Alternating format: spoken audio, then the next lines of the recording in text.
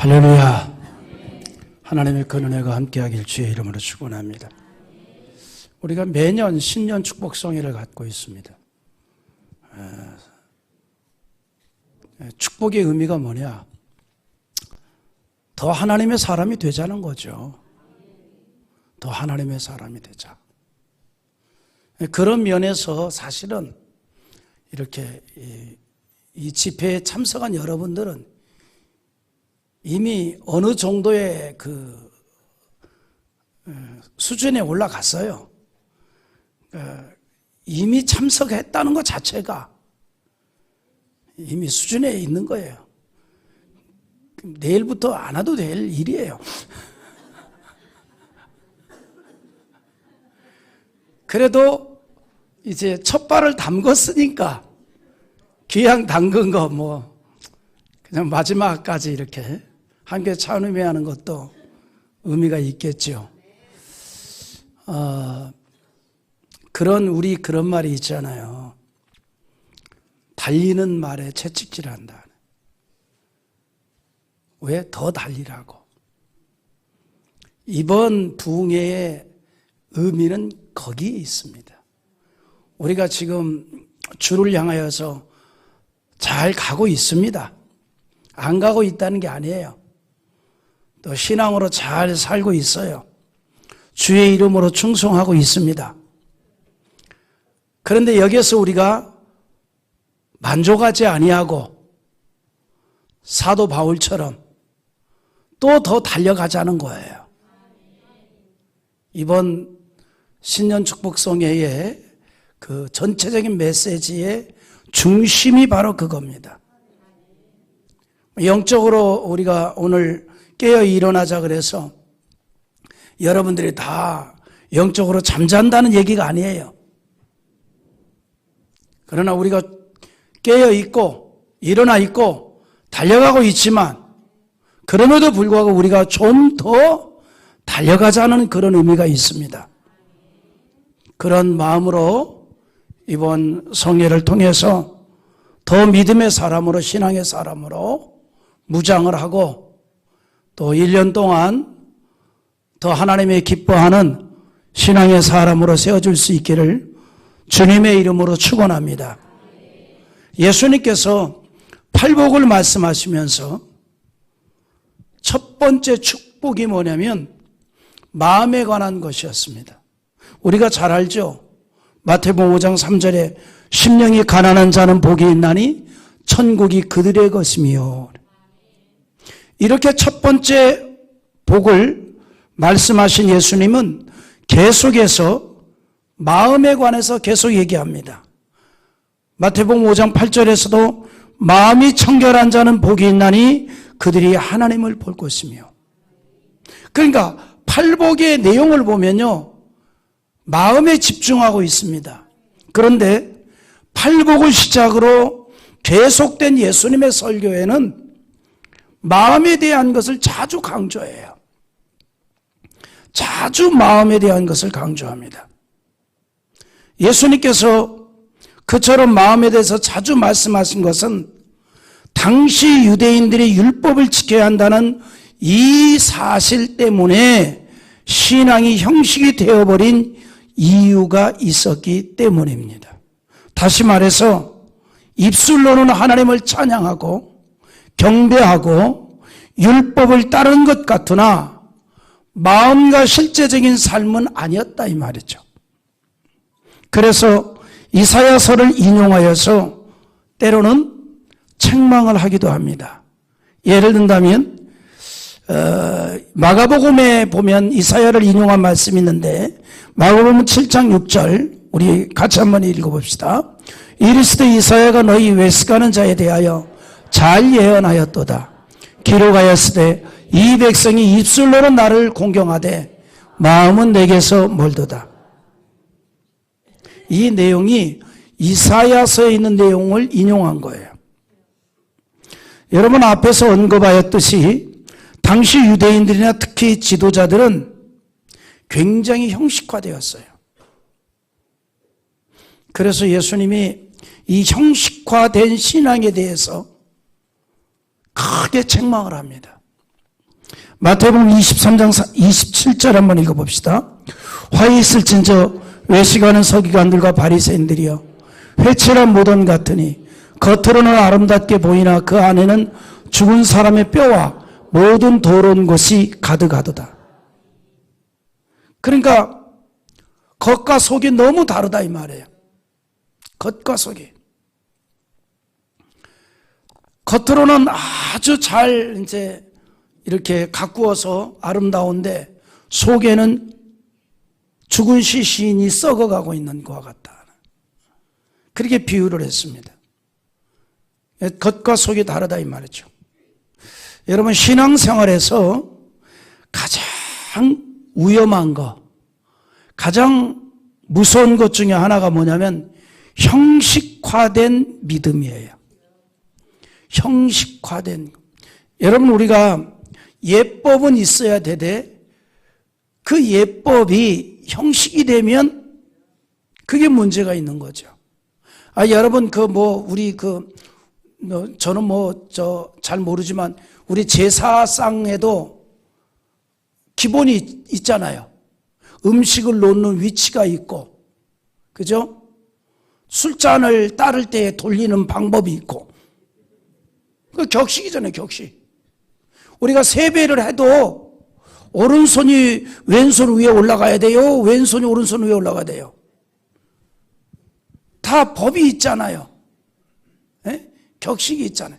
장례식장 가서 또 우리 이제 위족에게 조문을 할 때 또 이 격식이 다 있잖아요.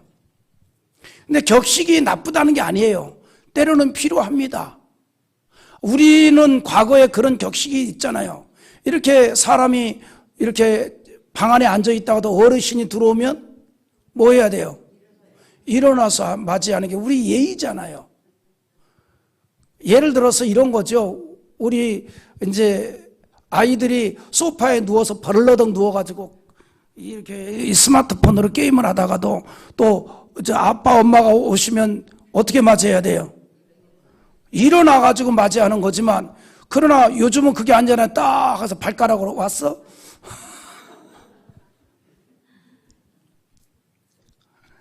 이러면 이제 옛날 같으면 상껏의 집안이라고 이제 난리가 나죠. 상껏. 응? 배우지 못한 것들 이런 말이 나오죠. 그러니까 여러분 우리가 격식이란 게 나쁜 건 아니에요. 어떤 예의가 되고 질서가 되는 거죠. 예의가 되고 질서가 되죠. 그런데 그 격식이 참 좋은 것인데 그게 형식이 되면 문제가 된다 이 말이에요. 마음이 있어야지, 마음이. 우리 이제 그런 거 얘기하잖아요. 이렇게 예배를 마치고 이렇게 이제 뒤에서 목사님들이 인사하고 성도들 가면서 이렇게 제일 좋은 인사가 그런 인사라 그러잖아요.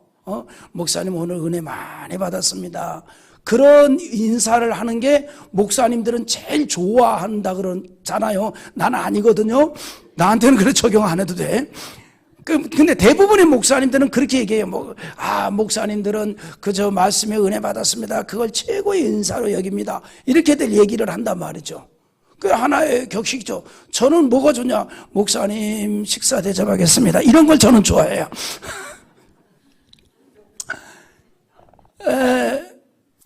근데 이런 격식인데, 근데 그거를 알아. 목사님 좀 인사는 드려야 되겠다 하는데, 어떤 사람이 목사님 은혜 정말 받았습니다 하는데 1시간 내내 꾸벅꾸벅 잤어. 그거 입에 붙은 인사잖아요. 그래도 안 하는 것보다 하는 게 낫겠지. 다음에 또 은혜 받겠다는 의미일 수도 있으니까. 그런데 신앙생활에서 정말 가장 무서운 것 중에 하나가 뭐냐? 형식화된 믿음이라는 거예요. 형식이 곧 외식이 되고, 그런 신앙이 주님으로부터 크게 책망을 받았다는 거죠. 화 있을진저 외식하는 서기관들과 바리새인들이여. 이들은 유대계에 열심히 있는 자들입니다. 누구보다도 율법을 많이 아는 자들입니다. 그러나 하나님을 바로 알지 못하는 자들이 되었다는 거예요. 그런데 누구에게나 형식화될 수 있다는 거죠. 외식으로 하나님을 섬길 수 있다는 것입니다. 특히 반복되는 습관 속에 형식적으로 하나님을 예배하는 자로 변하고 있다는 거죠. 이것이 오늘날 우리의 모습이 될 수도 있다는 겁니다. 우리의 신앙의 가장 무서운 질병이 뭐냐? 예배가 형식이 되는 거예요. 그러니까 우리가 온 마음으로 경배하고 온 마음으로 예배하는, 그건 뭐예요? 형식화되지 않도록 하기 위한 거라는 거죠. 사람은 항상 평안함과 평안을 원합니다. 사람은요, 우리 육체를 가진 사람은 편안함에 대한 욕구가 끝이 없잖아요. 여러분, 과학의 발전이 왜 이루어집니까? 사람은 끊임없이 편안함을 원하니까. 그러니까 편안함을 원하는 그 마음을 충족시켜주는 게 과학이잖아요. 그런데 이 육체의 편안함은요, 가드라인이 없어요. 육체의 편안함은 끝이 없다니까요. 계속.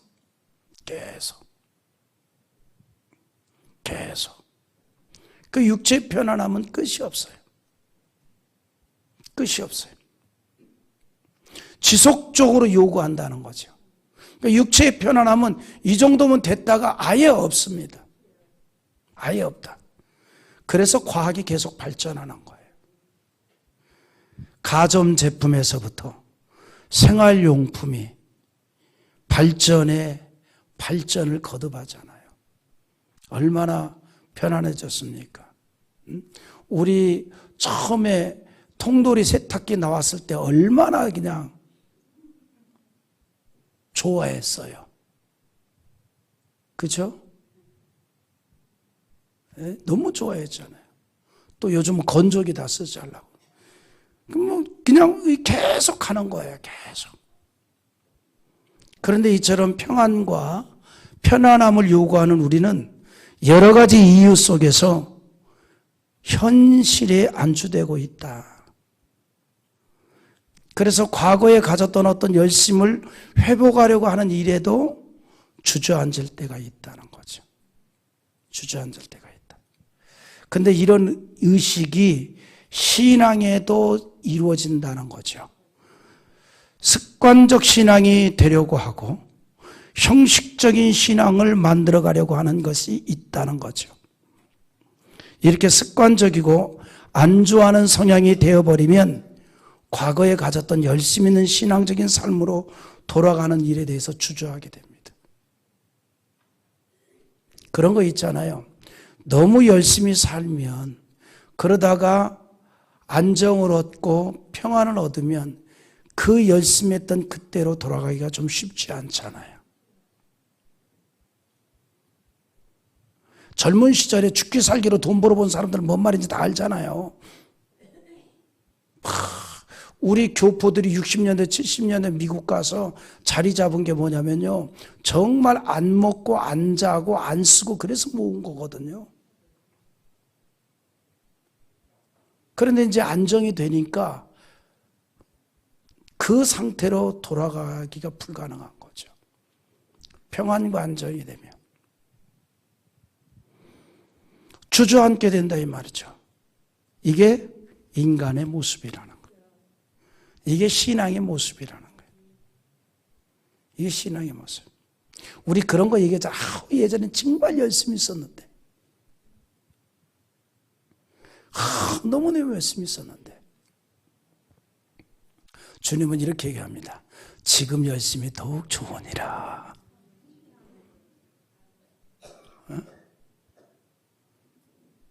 자꾸 우리가 과거에 집착하면 안 되거든요. 바울 사도가 인간의 속성을 너무나 잘 알았던 것 같아요. 그래서 안주하지 않으려고 끊임없이 자신에게 채찍질하고 달렸어요. 끊임없이 채찍질하고 달렸다. 계속해서. 그런 자신의 신앙에 있어서 완성이라는 것을 생각하지 아니하고 항상 부족하다는 의식을 가지고 있었어요. 부족하다. 아직도 고지를 달성하지 못했다. 이런 생각을 항상 가지고 있었어요. 그래서 빌립보 3장 12절 한번 읽어봅시다. 시작. 시작. 내가 이미 얻었담도 아니요 온전히 이루었담도 아니라 오직 내가 그리스도 예수께 잡힌 바 된 그것을 잡으려고 달려가노라. 이 말이 무슨 말이에요? 나는 이미 이루었다가 아니라. 이루었다가 아니라. 그러니까 항상 부족함을 느꼈다 이 말이에요. 우리 이런 거 있잖아요. 원도 없이 한도 없이 충성해봤다. 바울에게는 그런 마음이 없다 이 말이에요. 그런 마음이 없다. 원 없이 놀아봤다. 그게 없었다니까요. 없었다. 그러면 바울이 목양을 게으르게 했느냐? 아니에요. 정말 열심히 복음을 전하는데 일생을 던졌어요. 그럼에도 불구하고 그는 그런 고백을 합니다. 온전히 이루었담도 아니라. 그래서 우리 빌립보 3장 14절에서 이렇게 또 얘기하죠. 시작. 표대를 향하여 그리스도 예수 안에서 하나님이 위에서 부르신 부름의 상을 위하여 달려가노라. 날마다 달려갔다 이 말. 그러니까 제가 오늘 설교를 하면서 여러분들이 지금 못하고 있다는 거 아니에요. 다 잘하고 있어요. 근데 달리는 말에 채찍질 한다니까요. 멈추지 말고 더 좀 해보자는 얘기입니다. 잘하고 있어요. 더 해보자는 거죠. 더 믿음으로, 더 신앙으로. 이미 오늘 온 분들은 다 거기에 합격이라니까요. 사실은 내일 안 와도 된다니까요. 그래도 시작했으니까 오라는 얘기지요. 우리에게 바울과 같은 의식이 좀 필요해요. 의식. 우리 신앙이 외식되지 않고 형식으로 하나님을 섬기는 신앙이 되지 않도록 해야 하는 거죠. 그러기 위해서 우리는 항상 날마다 영적으로 깨어나라는 거예요. 영적으로 깨어나라. 할렐루야. 그게 필요한 거죠. 우리가 이렇게 신년 벽두에 축복성인을 하는 이유도 영적으로 깨어나기 위한 일 중에 하나라고 할 수 있습니다. 우리 모두가 이번 성회의 주제처럼 축복받는 백성으로 일어나기를 기대합니다. 축복성회를 통해서 말씀으로 은혜를 받고 영적으로 더욱 깨어나 다름질할 수 있는 하나님의 거룩한 백성 되기를 주의 이름으로 축원합니다. 그런 면에서 오늘 말씀은 우리가 깨어나야 할 이유를 말해주고 있고 영적으로 깨어나는 것에 대한 결과를 말해주고 있는데 첫째는 우리는 본래 어둠이었기 때문이라는 거예요. 우리는 본래 어둠이었다. 우리 에베소 5장 8절 우리 오늘 본문 8절 읽어봅시다. 너희가 전에는 어둠이더니 이제는 주 안에서 빛이라. 빛의 자녀들처럼 행하라. 여기로 여러분 이 8절 한 절에요. 참 의미가 많이 담겨 있습니다. 첫 번째 의미는 뭐냐면 너희가 전에는 뭐예요? 어둠이래요. 너희가 전에는 어둠이라. 여기서 말하는 어둠이라는 말이 의미하는 게 있습니다. 어둠은 세상을 말합니다. 성경은 이 세상을 뭐라고 얘기하냐면요. 어둠이다 이렇게 말해요. 세상이 어둠이다 이 말이에요. 우리 에베소 6장 12절 읽어봐요. 우리의 씨름은 혈과 육을 상대하는 것이 아니요 통치자들과 권세자들과 이 어둠의 세상 주관자들과 하늘에 있는 악의 영들을 상대함이라. 여기 뭐라 그랬어요? 어둠의 세상이라 그랬어요. 그러니까 너희가 전에는 어둠이라는 것은 세상이 어둡다. 너희가 전에는 세상이었다 이 말이에요. 왜 그러면 세상을 어둠이라고 했느냐? 악한 영이 주관하고 있기 때문에 세상이 어둠이라 이 말이에요. 악한 영이 주관하고 있기 때문에 세상의 어둠이라. 물론 우리가 온 우주가 다 하나님의 다스림 속에 있지요. 다만 하나님이 예수 그리스도의 재림 전까지 이 세상을 악한 영에게 다스리는 권세를 허락했다는 거예요. 이 모든 것은 다 하나님의 허락하심 하에서 이루어집니다. 마귀가 하나님의 허락하심 하에서 욥을 시험했던 것처럼 악한 영이 세상을 주관하여 사람들로 하여금 영적으로 타락하게 하고 어두운 세상의 지배를 당하도록 한다 이 말이에요. 결국에는 그렇게 해서 목적이 뭘까? 하나님과 관계를 멀어지게 하는 게 마귀와 악한 영의 이유입니다. 하나님과의 관계를 멀어지게 한다. 그러니까 여러분 잘 이해하세요. 사단의 시험은 시험이 목적이 아니에요. 목적은 따로 있어요. 하나님과의 관계를 멀어지게 만드는 거예요. 그게 목적입니다. 그러니까 어떤 시험을 당해도 더 하나님을 찾고 더 하나님을 가까이 하고 그러면 악한 영을 물리치는 결과를 가져오는 거죠. 그러니까 결과론적으로 보면 어떤 상황에서도 하나님을 멀리했다면 그건 악한 영에게 패배한 거죠. 근데 어떤 상황에도 우리가 하나님을 가까이 한다면 더 하나님을 찾는다면 그건 마귀의 싸움에서 승리한 것이고 악한 영을 물리친 거라 이 말이죠. 그리고 목적이 그거예요. 어떻게 해서든 관계를 멀어지게 한다. 관계를 멀어지게 한다. 세상의 문화는요, 발전하면 발전할수록 육체는 편안해집니다. 그런데 정신은 타락하게 만들어요. 그리고 신앙은 멀어지게 만듭니다. 멀어지게 만들어요. 여러분, 요즘은요, 그러니까 일반적으로 이렇게 이해합시다.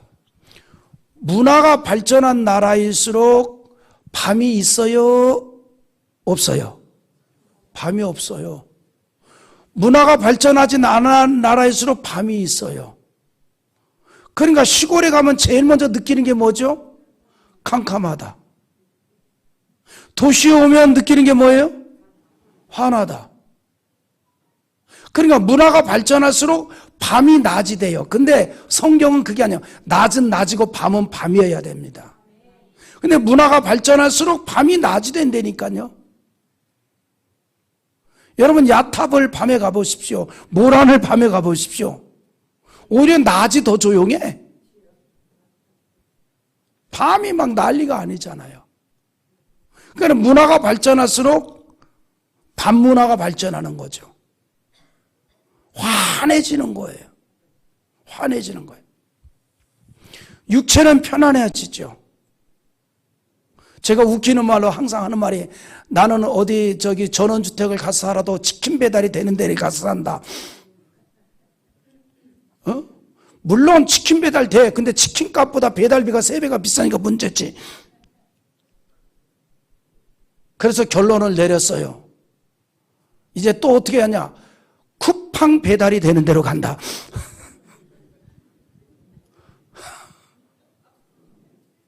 그것도 그냥 쿠팡이치가 되는 데로 간다. 그러니까 결국은 이제 도시에서 살아야 된다는 얘기지 뭐. 이 문화가 사실은 우리의 육체를 얼마나 편안하게 해줘요. 그죠? 편안하잖아요. 굉장히 편해요. 그런데 이러한 세상의 문화는 발전할수록 신앙생활을 제대로 못하게 한다. 요즘은 밤 11시 이전에 자면요, 둘 중에 하나예요. 전날 잠을 못 잤거나 아니면 몸이 아프거나 해요. 멀쩡한 사람이 무슨 11시 이전에 잠들어요. 학생이 11시 이전에 잠들었으면 학교에서 사고 쳐서 욕먹을까 봐 미리 잠드는 것밖에 없어요. 다 늦게 자요. 그러니까 새벽에 일어나기가 힘들어. 새벽 예배 나오기가 힘들잖아요. 어렵잖아요. 우리 문화 자체가 신앙생활이 어렵게 만들어 놨어요. 힘들게 만들어놨다 이 말이죠. 문화가 발전하면 우리 삶이 굉장히 바쁘거든요. 그래서 문화가 발전하는 것은 육체가 편안하도록 하는 것이지만 그러나 상대적으로 마음의 여유가 없어요. 평안하지 못합니다. 여러분 우리나라에 처음 삐삐가 나왔을 때 삐삐 알죠? 삐삐. 되게 편했다 그랬다 한쪽, 그 다음에 족쇄를 세웠다 한쪽. 왜냐하면 직장인 가운데 출장 간다고 나갔다가 개인 볼일 보고 막 들어와도 몰라. 근데 사무실에서 삐삐 치는 거야. 빨리 연락하라고. 그래서 삐삐 용어가 있잖아요. 전화번호 치고 빨리빨리, 그럼 빨리 연락하라 이 말이죠. 그래 삐삐 용어가 있어요. 그냥 막 많이 있잖아요. 그 다음에 이제 스마트폰, 핸드폰이 나오니까 얼마나 편해요. 굉장히 편해져. 그러나 그게 족쇄가 되잖아요.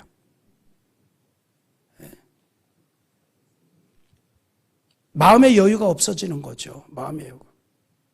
옛날에는 생활은 불편하지만 마음에는 뭐가 있어요?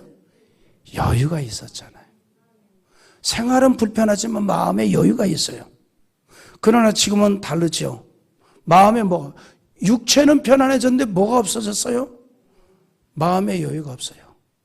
죄송한 얘기인데 이제 우리나라 사람들 이 문화적 환경 속에서 젖어 있으면 진짜 일대로 외국 가서 못 살아요. 이렇게 빠르게 배달해 주는 나라가 대한민국밖에 없어요. 지금 주문해 보십시오. 1시, 2시에 벌써 와 있어요. 빠르면 11시도 와 있어. 이런 나라가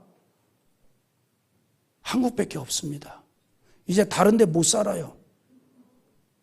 인터넷 속도 이렇게 빠르고 주문한 거 빨리빨리 오고, 그리고 외국 사람들이 한국에 왔다 이제는 깜짝깜짝 놀랍니다. 깜짝깜짝 놀래요. 특히 치과 치료 받는 거 보고 깜짝 놀래요. 심지어는요, 우리나라가 그 오래 걸리는 그 임플란트도요, 이야, 여러분 임플란트 4대 하려면요 1년 잡아야 돼요. 과거에. 근데 지금 임플란트, 이인우 목사님 옛날에 임플란트 13개를 3개월 만에 끝내버렸어요. 한 방에 가가지고 이빨 다 뽑아버리고 그래가지고 빨대로 주스만 빨아먹고. 우리처럼 빠른 나라가 없어요. 근데 여유가 없어지는 거예요. 여유가. 하나님께서는요, 예수 그리스도께서 재림하시기 전까지 이런 이 세상을 마귀가, 악한 영이 다스리는 권세를 허락했어요. 그래서 사람들이 열심히 노력한다고 해서 이 세상이 우리가 소망하는 대로 이상적인 세상이 되지는 않습니다. 세상은 말씀드린 대로 어둠이기 때문에. 세상은 어둠. 이게 굉장히 중요한 의미가 있어요. 세상이 어둠이기 때문에 우리가 아무리 노력한다 그래서 이상적인 나라가 안 된다니까요. 세상 자체가 어둠이라고요. 여러분 보세요. 지금까지 얼마나 많은 교육가들이 수많은 교육 방법으로 교육을 했습니까? 그런데 오늘날 사람은 더 타락해 가요.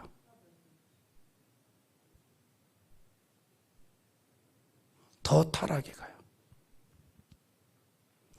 지금은요, 과거에 비해서 더 많은 고등교육을 받은 시대예요.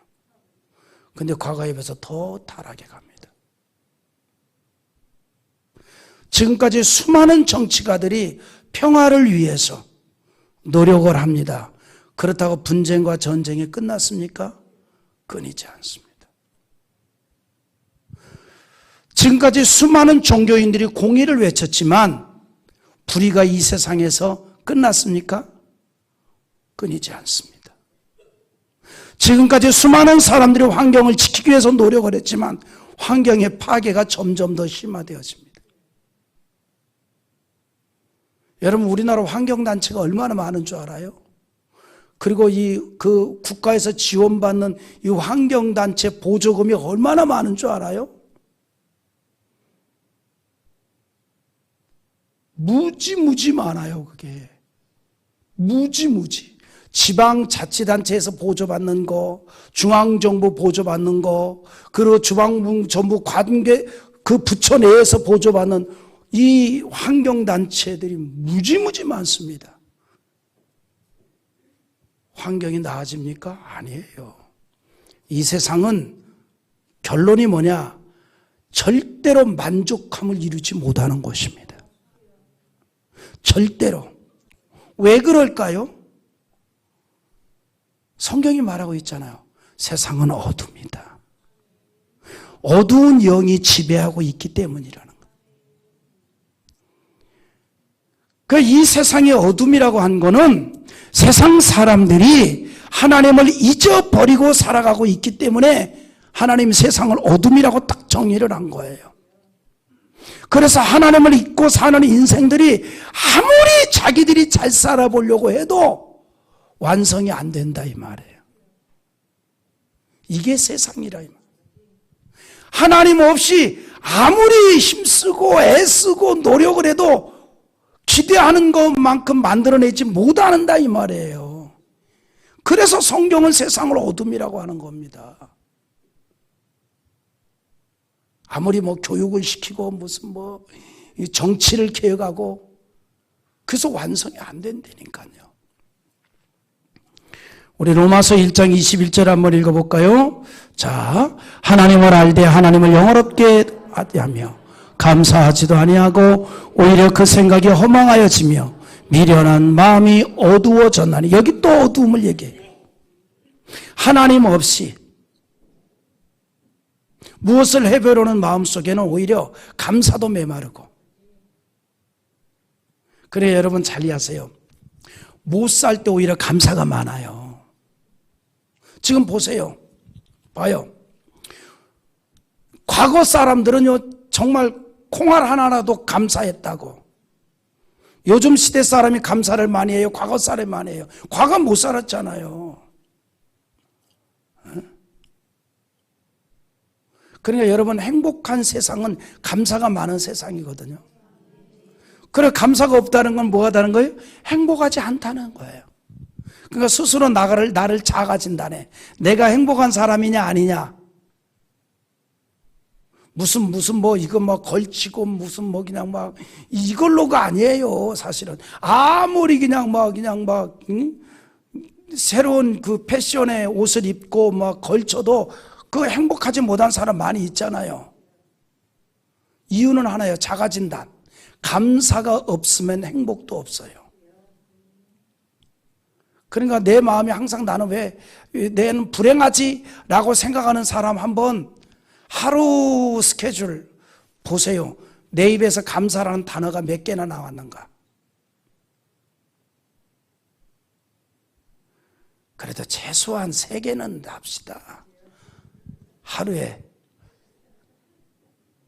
옆에 있는 분들은 물어봐. 몇 개?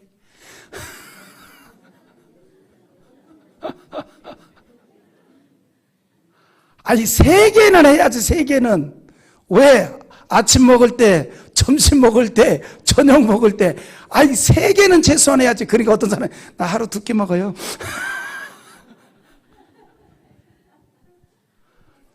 그래도 하루에 최소한 3개는 해야지.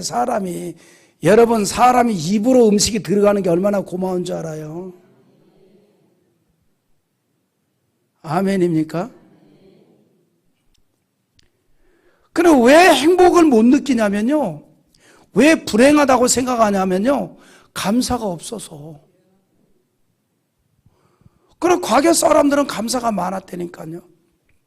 요즘 가면 갈수록 젊은이들이 감사가 없어. 그러니까 스스로 불행하다 그러는 거지.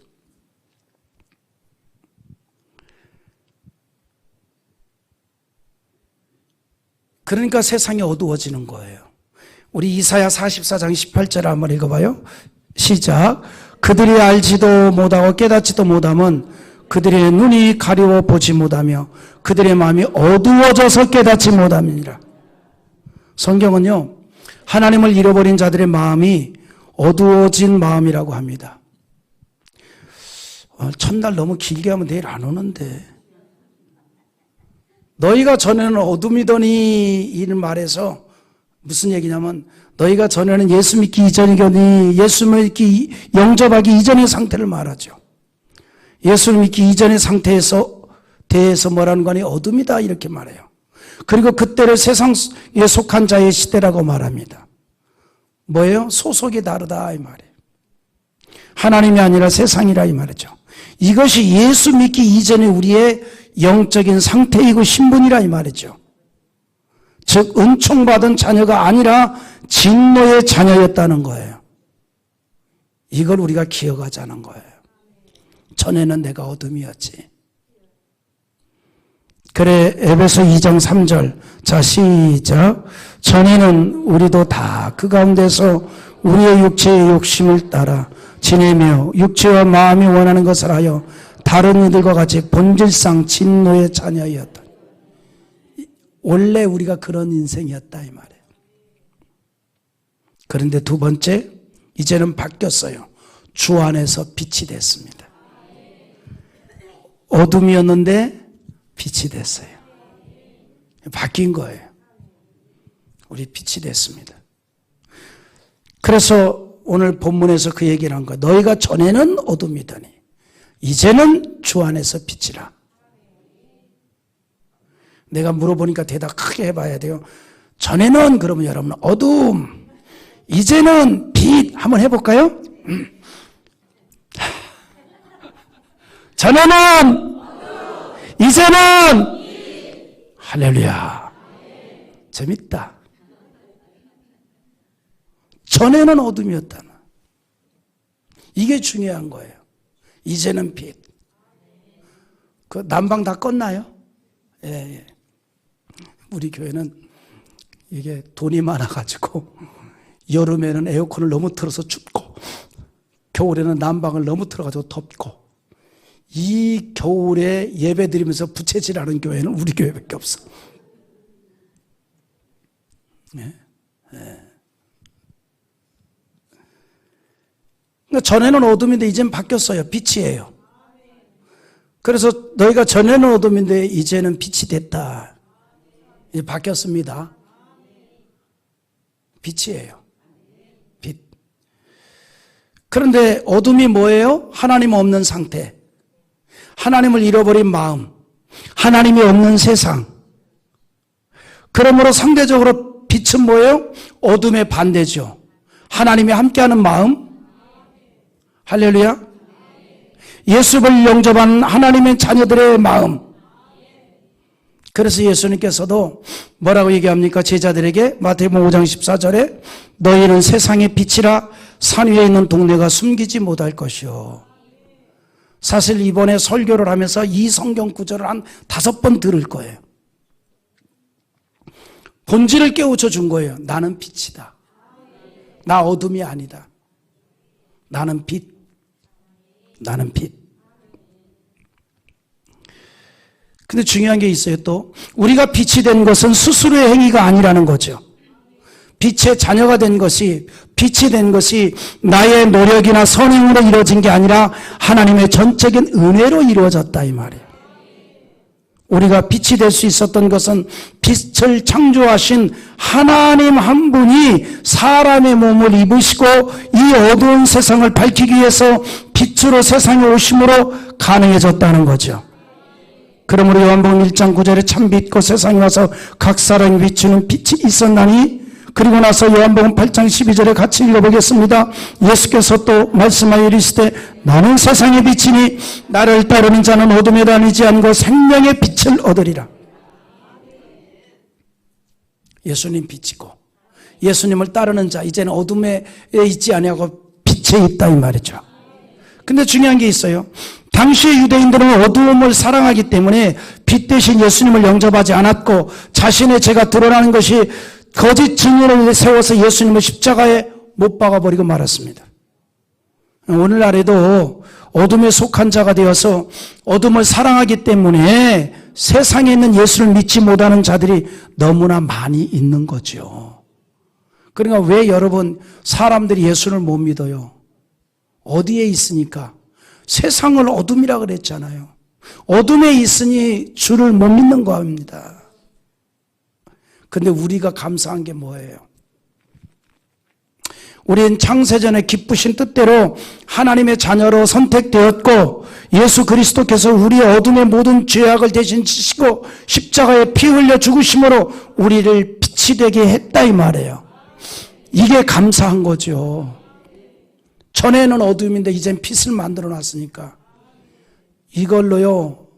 이거를 세상 말로 한다면 개가천선했다는 거예요. 이럴 때 개가천선이라는 말을 하는 거예요. 전에는 어두움인데 이젠 빛이 됐다니까요. 보세요. 예수 믿는 거 쉬운 일 아니에요. 굉장히 어려워요. 아무나 믿는 줄 알아요? 건방지게 누가 예수를 함부로 믿는다 그래. 선택받은 자만이 믿어요. 하나님의 자녀 아무나 되는 거 아니에요. 예배당 바로 옆집에 살아도요, 예수 못 믿는 사람 많아요. 진짜. 나 옛날에 전도사 때 우리 예배당 바로 옆집이 바로 붙어서 옛날에는 이제 예배당들이 다 여름에 에어컨이 없잖아요. 온풍기도 없잖아요. 그러니까 창문을 다 열어놓잖아. 그럼 찬송가를 부르면 옆집에 들려 안 들려? 다 들려요. 그래도 어떤 분은 교회를 안 다니는데 예배 순서를 더 잘 알아. 그 계속 보니까. 그리고 모이는 시간도 더 잘 알아.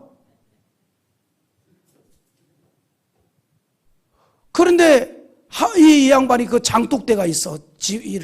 이렇게 장독대 이렇게 계단 올라가는 그 장독대가 있는데 꼭 예배 시간만 되면 목탁을 두들기네.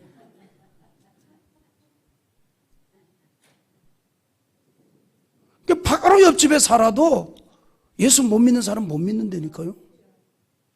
그 예수 믿는 게 대단한 일이에요. 스스로 대단하다. 그게 대단한 거예요. 예수 아무나 믿는 게 아니라니까요. 하나님이 택한 자가. 아멘입니까? 어둠에 있던 자를 빛을 만들어 주었어요. 그래 데살로니가전서 5장 5절과 6절 한번 읽어봐요. 너희는 다 빛의 아들이요 낮의 아들이라. 우리가 밤이나 어둠에 속하지 아니하나니 그러므로 우리는 다른 이들과 같이 자지 말고 오직 깨어 정신을 차릴지니라. 이제 빛의 자녀가 되었어요. 천국 가는 인생 되었어요. 그래서 이 세상의 어둠이 아니라 빛으로 살아가고 있어요. 자, 그러면 이제 우리가 빛이 됐어요. 이제 빛으로 살아가야 되잖아요. 빛다웁게 살아가야죠. 그런 말 있잖아요. 사람은 사람답게, 개는 개답게. 요즘은요, 이게 뒤집쭉 돼가지고 사람도 헷갈리는 것 같아요. 그죠? 왜냐하면 개가 주인이고 사람이 집사야. 그 유튜브 보니까 그런 걸 자꾸 찍더라고. 주인이 잠자고 오니까 개가 와가지고 앞발로 집사야 일어나 밥 먹을 시간이야. 뭐 뒤죽박죽이에요. 사람은 사람답게 살아야 되거든요. 사람은 두 발로 걸어가는 게 정상이죠. 개는 네 발로 걸어야 되고 개가 두 발로 걸은 거 신기하니까 이게 유튜브에 올라오잖아요. 그러니까 우리가 빛이 됐어요. 빛으로 살아가야죠. 빛으로 살아가기 위해서 해야 될 첫째가 뭐냐? 영적으로 깨어나라는 거예요. 다른 이들과 같이 자지 말고. 여기서 말하는 다른 이들이 누굴까? 세상 사람들이에요. 우리는요 세상 사람들하고 같이 살잖아요. 어떻게 보면 목사보다 여러분들이 더 대단한 거야. 저는 그래도 주로 만나는 사람이 예수 믿는 사람을 주로 만나잖아요. 예수 안 믿는 사람 주로 만날 일이 그렇게 많지 않잖아요. 근데 여러분들은 나가면 전부 적진이야.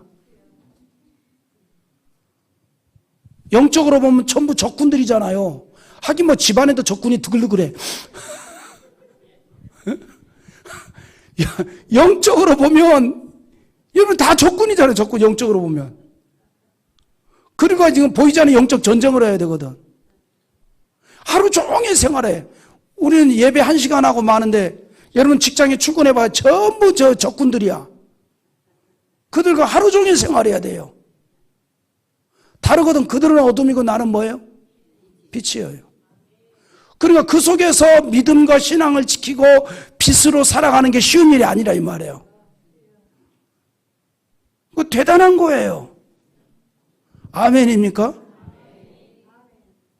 여러분, 하나님의 백성이 교회 안에 와가지고 찬송도 부르고 예배 드리는 거, 이것은 당연한 일이고 그거 누군들 못해요.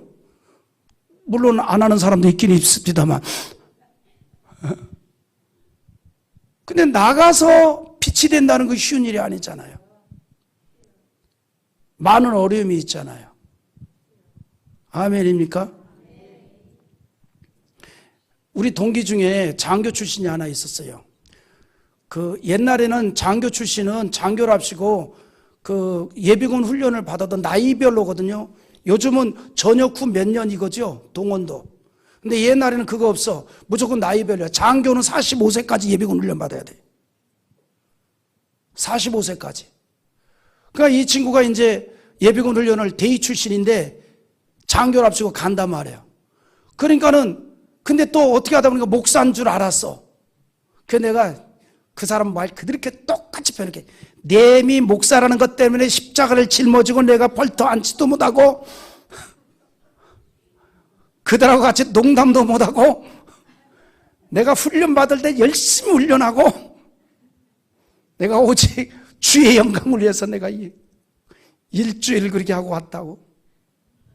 다르니까 짤짤이도 못하고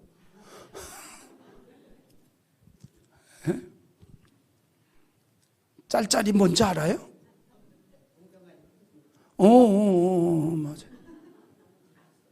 다르단 말이에요. 근데 여러분들이 지금 그렇게 살아야 되잖아요. 그래 여러분들이 대단한 거죠. 대단한 거죠. 그래서 우리가 깨어나라는 거예요. 정신을 차리라는 거예요. 그러면 왜 이 얘기를 할까? 빛인데 하나님의 자녀인데 잠들어 버릴 때가 있다는 거죠. 잠들어 버릴 때가 있다 이 말이죠. 그래서 우리가 항상 깨어나라는 거예요. 그러니까 두 번째 주제가 그래서 첫 번째 주제는 우리는 어둠이었다. 두 번째 주제는 이제는 빛이 되었다. 그래서 빛으로 살 자들이라는 거예요. 우린 본질이 달라요. 본질이 다릅니다. 내용이 다르다니까요. 우리는 짝퉁이 아닙니다. 진품입니다. 진짜 하나님의 자녀. 진짜 하나님의 백성. 그래서 세 번째 주제가 뭐냐면 우리가 빛이 되었으니 영적으로 깨어 일어나 빛의 사명을 감당하자는 거예요. 빛의 사명을. 우리는 빛의 자녀인 동시에 빛입니다. 우리가 영적으로 깨어 일어나 빛의 사명을 감당하는 신앙생활을 하자는 겁니다. 할렐루야. 그런 의미에서 일어나자는 거죠. 아멘. 이때쯤에서 우리 찬양 한 정만 부를까요? 일어나 걸어라 나의 등 뒤에서, 나의 등 뒤에서 나를 도우시는 주, 나의 인생 길에서 지치고 고나여 너희처럼 주저앉고 싶을 때 나를 밀어주소. 일어나 걸어라 일어나 걸어라 내가서 힘을 주리니 일어나 너 걸어라 너를 도우리.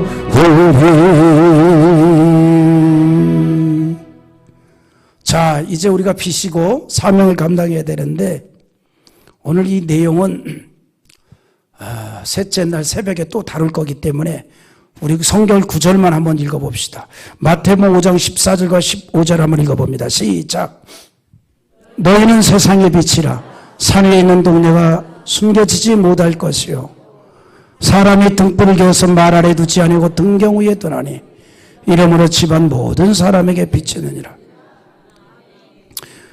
우리를 향하여서 이제 빛이라라고 예수님이 정의를 했습니다. 근데 중요한 게 있어요. 실제적으로 우리가 발광체는 아니라는 거예요. 세상의 빛 대신 예수님이 나와 함께함으로 우리가 빛이 될 수 있었다는 거죠.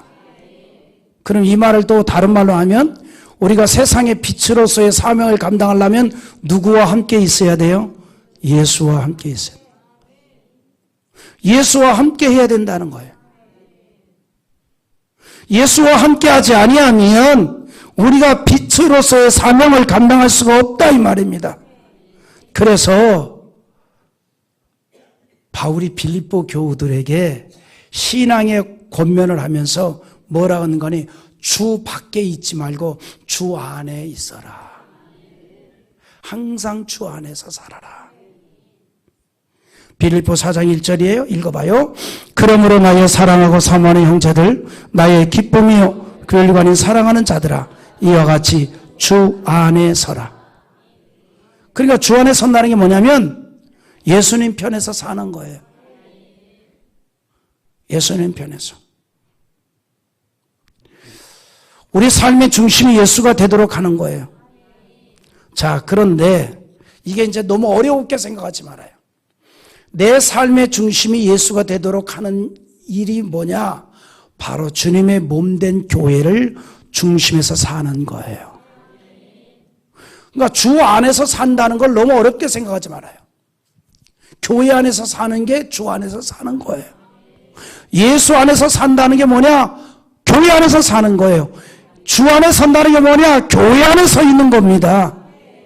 우리 중심이 예수 중심, 교회 중심 같은 의미입니다. 교회는 하나님께서 이 땅에서 살아가는 하나님의 자녀들이 예수를 중심하는 삶을 이루기 위해서 허락된 공간이에요. 우리가 지금까지 그렇게 살아왔잖아요. 우리가 항상 교회 중심으로 살아왔잖아요. 그리고 교회 중심으로 살아온 여러분들이 이렇게 또 축복성에도 온 거 아니에요. 훌륭하죠. 정말 와야 될 분들은 안 오고. 그러니까 예수 중심에 산다는 교회 중심으로 산다 이 말이죠.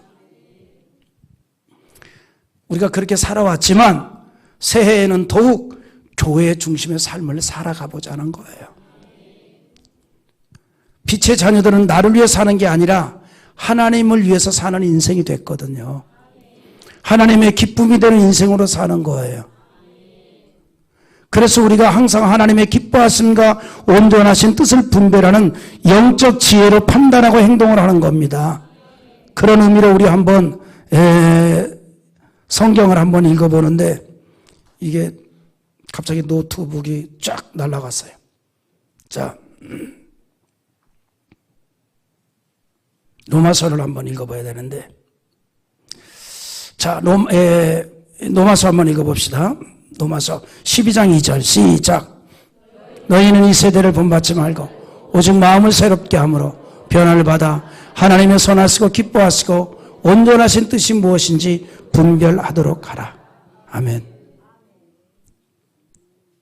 영적 지혜로 판단하기 위해서 항상 하나님의 온전하신 뜻이 무언가를 분별하자는 거예요. 신앙이 뭐냐면요, 판단의 근거를 예수를 두고 그리고 하나님이 기뻐하는 일이 무언가를 생각하는 게 신앙이에요. 하나님이 기뻐하면 그냥 하면 돼요. 갈라디아 1장 10절을 또 읽어봐요. 시작. 이제 내가 사람들에게 좋게 하랴, 하나님께 좋게 하랴, 사람들에게 기쁨을 구하랴.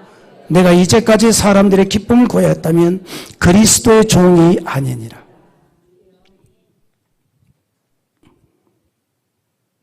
이런 인생으로 우리가 살아가기 위해서 영적으로 깨어나라는 거예요. 더구나 지금은 말씀드린 대로 어둠의 세력이 더욱 크게 활동하는 시대잖아요. 그래서 신앙생활이 더 어려워지고 복음을 전하고 전도하기가 더 어려워지고 어둠에 속한 자들이 빛의 자녀들을 핍박하고 무시하고 멸시하고 인정하지 않는 세상이 되었다 이 말이죠. 여러분, 인정하지 않는 사람들에게 전도를 하고 영혼을 구원하는 일이 너무나 어렵다는 것을 예수님이 보여주었잖아요. 뭐죠? 예수님께서 나사렛에서 복음을 전할 때 나사렛 사람들이 예수를 그리스도로 인정하지 않잖아요. 예수가 증거하는 복음에 대해서는 깜짝 놀래요. 와, 어떻게 저렇게 깊은 이 메시지를 전할 수 있지? 그러면서도 놀라면서도 예수를 그냥 자기들의 생각의 범주로만 이해를 합니다. 뭐라고 중얼거려요?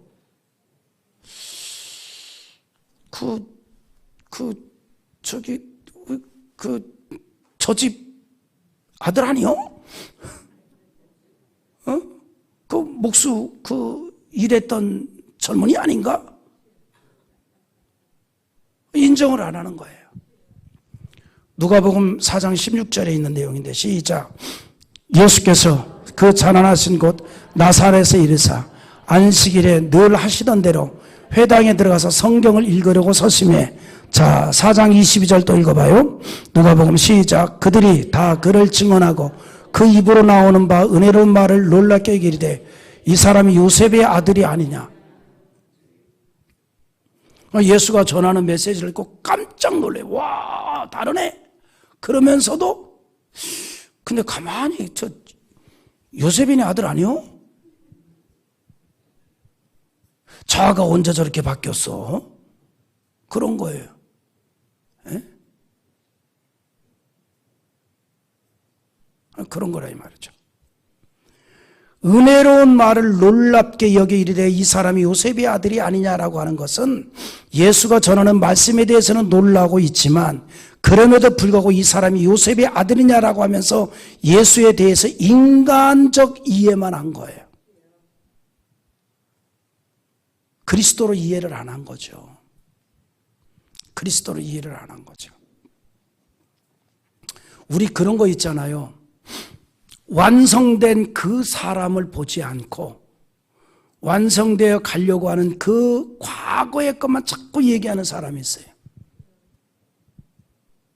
우리 인간의 심보에는 그런 게 있거든. 성공한 사람은 성공한 그거 자체만 보라고요. 아멘입니까? 그 자꾸 옛날 거 자꾸 끄집어내지 말고. 우리 인간의 심리에는 그런 게 있다니까요. 아주 묘한 자기가 말하면 모르지만은 남이 얘기한 건 안 하는 게 좋아. 아멘입니까? 따라해봐요. 하나님의 은혜 안에 사람은 10번 변한다. 아멘입니까? 과거의 개차밥이어도 사람 밥으로 변할 수 있다고. 그리고 우리 그거를 보는 게 아니라 지금을 봐야 된다 이 말. 근데 사람의 마음은 그게 아니거든요. 이게 전혀 아니거든. 그러니까 이 나사렛 사람들이 인간 예수가 어렸을 때 자라난 거 다 봤잖아요. 어렸을 때 잘 자라난다. 다 봤을 거 아니에요. 인정을 안 하는 거죠, 그리스도로. 그래서 예수님이 뭐라 그랬어요? 고향에서는 환영을 받는 자가 없다. 누가복음 4장 24절 시작. 또 이르시되 내가 진실로 너에게 이르노니 선지자가 고향에서는 환영을 받는 자가 없느니라. 나사렛 사람들이 예수를 그리스도로 받아들이질 않으니 그들에게 복음을 온전하게 전할 수가 없었다 이 말이에요. 온전하게 전할 수가 없었다. 이 세상이 그러잖아요. 어두운 세상은 빛을 거부하기 때문에 복음에 대해서 거부합니다. 세상의 어둠이라 빛 대신 예수를 거부한다 이 말이에요. 요한복음 3장 19절에 그 정죄는 이것이니 곧 빛이 세상에 왔을 때 사람들이 자기 행위가 악함으로 빛보다 어둠을 더 사랑한 것이니라. 우리가 세상에서 빛이 되었으므로 당연히 어두운 세상은 우리를 거부하는 거예요. 그럼에도 우리는 빛의 사명을 이루는 거죠. 예수 그리스도는 우리를 빛의 자녀로 삼으시기 위해서 멸시천대 받으면서도 아무 말씀 안 하시고 십자가를 지시는 본을 보였는데, 그리고 우리에게 세상의 빛이라 말씀하였으므로 세상의 어둠을 물리치는 빛의 사명을 이루어야 할 것을 말씀합니다. 이 일을 위해서 우리가 영적으로 깨어 일어나자, 이 말이에요. 그러므로 오늘 이제 14절 한번 읽고 마무리합시다.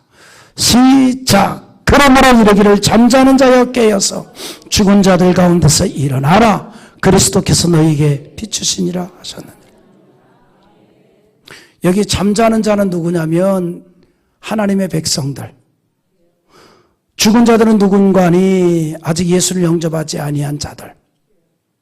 그러니까 차원이 다르다는 거죠. 저들은 죽은 자들이고 우리는 살아있는 자들인데 잠시 자고 있어. 우리가 신앙생활 할 때도 그럴 때 있어요. 우린 죽은 자가 아니라 살아있습니다. 근데 모습이 잠시 죽은 자처럼 돼 있을 수도 있어요. 우리 주변에도 잠시 죽은 자처럼 된 사람도 있어요. 자고 있어요. 일어나라는 거예요. 영적으로 깨어나라는 거예요. 왜? 신앙의 잠에 빠지면 아무것도 할 수가 없기 때문입니다. 내부적으로 내 영혼도 죽이고 외부적으로는 주님의 몸된 교회도 어렵게 합니다. 바라기는 이제 우리가 날마다 스스로에게 외쳐야 돼요. 영적으로 날마다 깨어 일어나자. 아멘. 영적으로 깨어 일어나자.